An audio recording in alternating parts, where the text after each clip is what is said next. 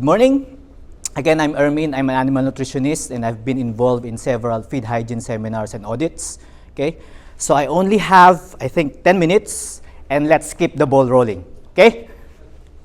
Sure. Okay, perfect. So, you are building your feed mill, okay? And probably you might ask yourself, is feed hygiene important for me? Okay? So if you look at what are the importance of feed hygiene, of course, definitely you are a feed producer. Definitely gut health of the animals would be very important because raw materials and feeds can be contaminated by pathogens and may affect gut health. Definitely we want clean feed, okay? Because what we know is clean feed, you will have optimal well-being of the animals, okay? Optimal well-being of the animals equals efficiency in terms of production. And definitely the link in terms of food safety. There's a significant concern, okay, about food safety that can impact, I would say, food safety, okay? So if you look at the link between the food and feed, okay? So as early as 1976, okay, you have a study that correlates the salmonella contamination in broilers to the feed, okay? And 2001, you have on the eggs, they also see it in the processing plant. They also see it in the packaged chicken nuggets or even finished product of the meats. And then 2021, there's a study, okay, suggesting that serovirus of salmonella is associated with human and animal illness. Okay? So maybe now you're probably thinking why it is important for feed hygiene. Okay? So if we look at microbiological, I would say, quality hazards, the most important, or I would say the most attention is on salmonella, okay? Because of it can cause infection in the animals and humans. So we're talking about public safety in terms of feed hygiene. And in some situations, we also look at enterobacteria, molds and yeast, and even E. coli for pigs, okay? So I think the focus of my topic would be around critical areas in terms of sanitation in feed milling. Okay, so one thing would be the receiving pits and intake. Later on, I will show you some of the pictures that I was able to get during the time when I was doing some audits. Okay, so these are the areas where you have some sort of installation of contaminations, receiving pits, mixer, and conditioner. Okay, and then definitely what we call it, I would say, recontamination in the pelleting machine and in the cooler. Okay. And then definitely some information about silos in terms of minimizing mold growth. Okay?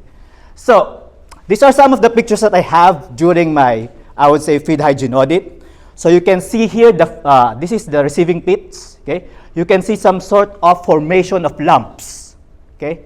Most of the time, the samples that I get here are typically high in molds, with mites infestation, high in enterobacteria. And there are 2 feed mills that I did an audit. Just for the intake, they're already contaminated with salmonella. Okay?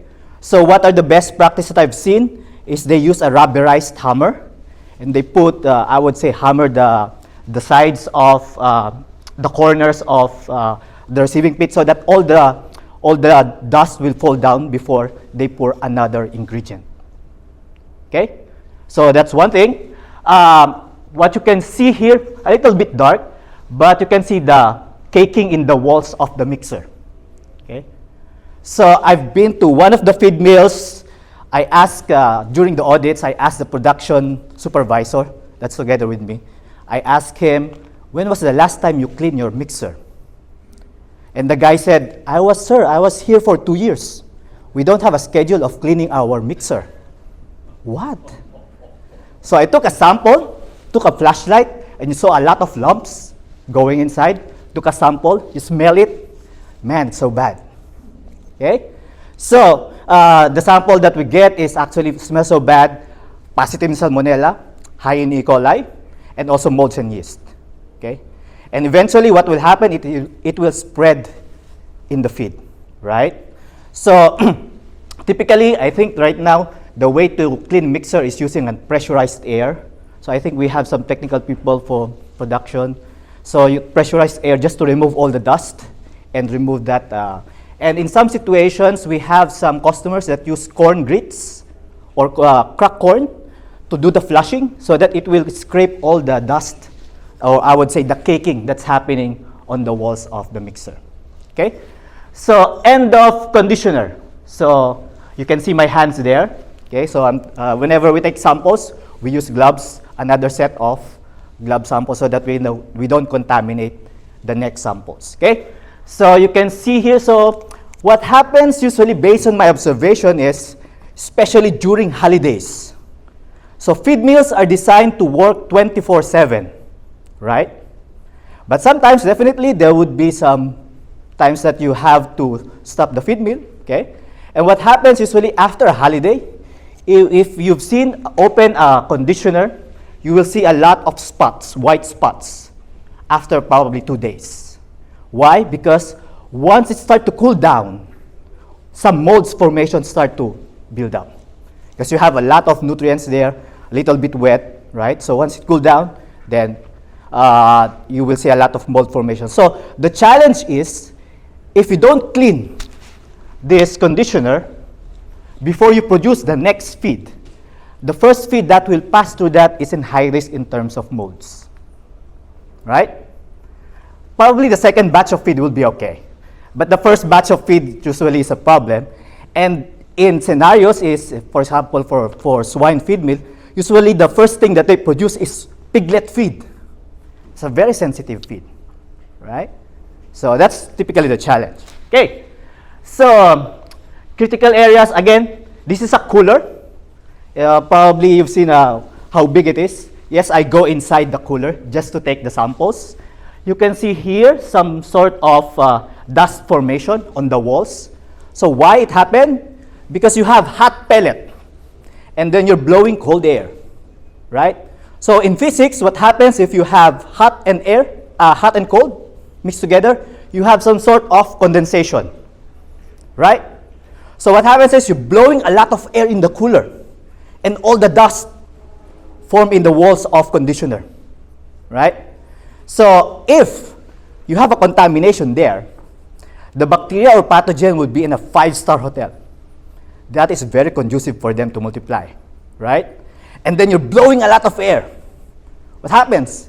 You clean the feed mill with, you clean the feed because of the conditioner, probably 45 seconds, around 85 degrees Celsius. You reduce the enterobacterial contamination, but then you contaminate again in the cooler because you're blowing a lot of air, and then I would say the spores of that bacteria recontaminate the feed again. Okay? Insulate the cooler. Yeah, inside the cooler. Okay? Isolate the cooler. Yeah. Yeah.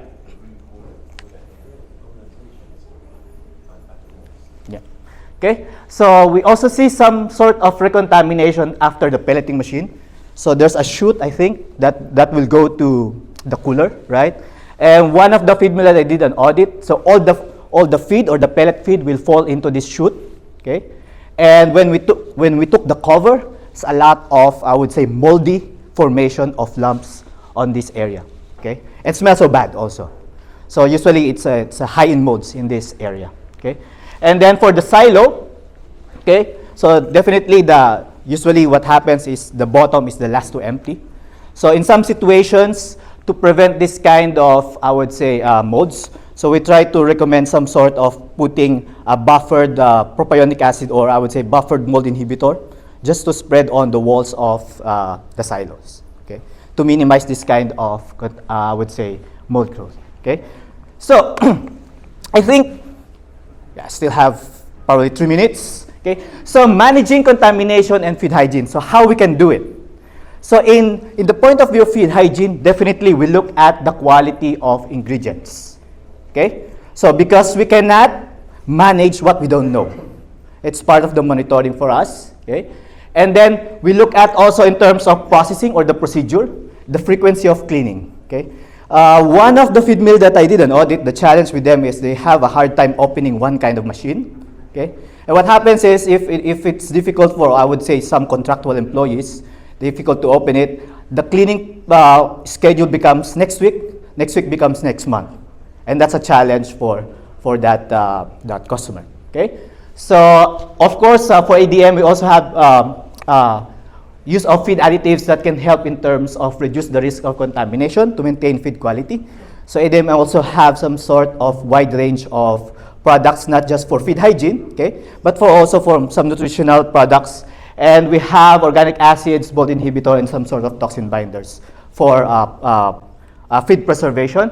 And then definitely, last thing would be audits. So for what we do is we usually customers ask us to do the audit. So we come to the feed mill, check for the raw materials, the processing, and then the final feed, and then some management procedures that might affect feed quality or feed hygiene. Okay? But definitely for ADM, we can also help you, okay, build your own team within your organization so that you can have some sort of regular, I would say, team that can do the audit feed hygiene by yourself. So we also help customers just to look at the principles of feed hygiene and how it would be helpful for you. So this is just, usually when I present feed hygiene, it's around 45 minutes. Okay? But this is just a tip of the iceberg. So if you want, I will be at our booth 23110 in Hall 2 if you want more information about feed hygiene. And our team in ADM will also be happy to be there to help you. And in case not just for feed hygiene, but also from some products that we have with protein production efficiency and nutrition through health. So thank you and